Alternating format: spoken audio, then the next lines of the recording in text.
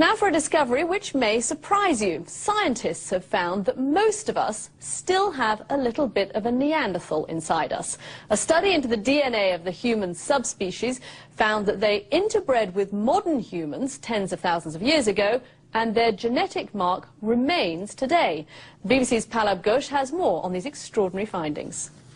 This is a skull of a modern human, and this is from a Neanderthal. Look closely and you can see that this one has a slightly longer brain case. Most scientists believe that these are two separate species, and there wasn't much interaction between the two.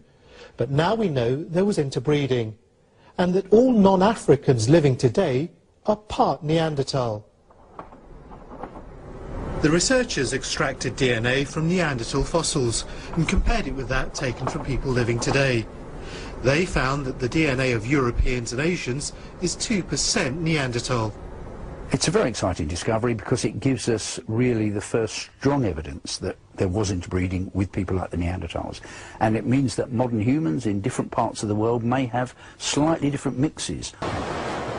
Further analysis should give a greater insight into how Neanderthals lived and shed more light on our own early origins. Palab Ghosh, BBC News. And the Neanderthal in me has always said Neanderthal. I stand quite corrected. There are many jokes about people behaving like Neanderthals, but it seems the joke could be on us. Research has found that many human beings actually have Neanderthal DNA, proving there's an evolutionary link. The Neanderthal, that beastly evolutionary outcast, thought to be extinct for 30,000 years. But scientists believe they've picked up the trail of that hairy historic reject in the most surprising of places. In us, many of us anyway, there is new evidence that humans inherited up to 4% of our DNA from Neanderthals. The study in the journal Science is based on painstaking research into 3 Neanderthal bone fragments. Scientists reconstructed the Neanderthal genetic code and compared it to modern humans from across the globe and found there was up to a 4% match with humans everywhere but from Africa. The theory is that our human ancestors migrating out of Africa some 70,000 years ago had some amorous encounters with Neanderthals somewhere in the Middle East. We mean that they interbred or they had sex. This is the first real evidence Neanderthals and humans had kids, which means, despite the old assumption that Neanderthals disappeared from the evolutionary chart, Neanderthals aren't quite extinct. They all live on a little bit in many of us. So next time you spill beer at the game, you really are a little bit of a Neanderthal. The research is part of a major project mapping the Neanderthal's genome and hopefully providing firm answers to a number of evolutionary questions. If you've ever accused someone of being a Neanderthal, then tonight you've been proved right. But it takes one to know one, because scientists have just released studies that show we are all partly Neanderthal.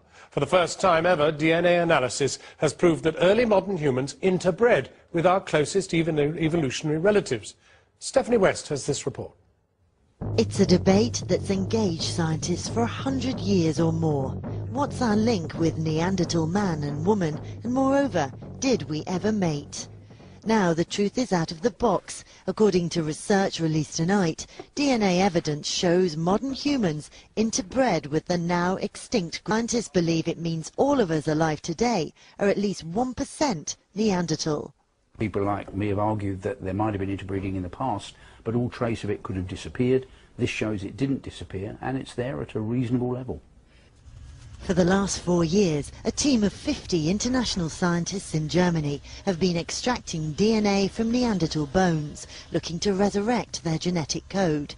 But in so doing, they found this new evidence that settled the long-standing debate. Scientists found DNA evidence they began interbreeding at least 50,000 years before Neanderthals became extinct.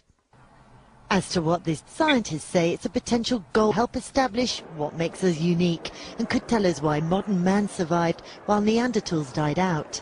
In fact, in modern times, Neanderthal has become a handy word for brutish, unevolved behaviour, as in this 1950s cult classic.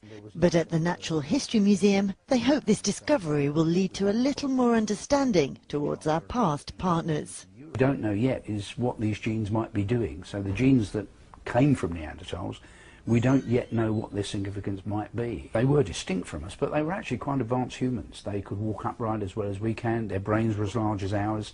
They were pretty good at what they did in terms of stone tool making. They buried their dead, so they had some very human features. But it looks like they were a somewhat separate line. And what this research also shows is that there are at least 70 genes that have been picked up that seem to be unique to the modern human line. The irony is some scientists believe Neanderthals were driven to extinction by humans, but now it seems they're still around, a tiny percentage.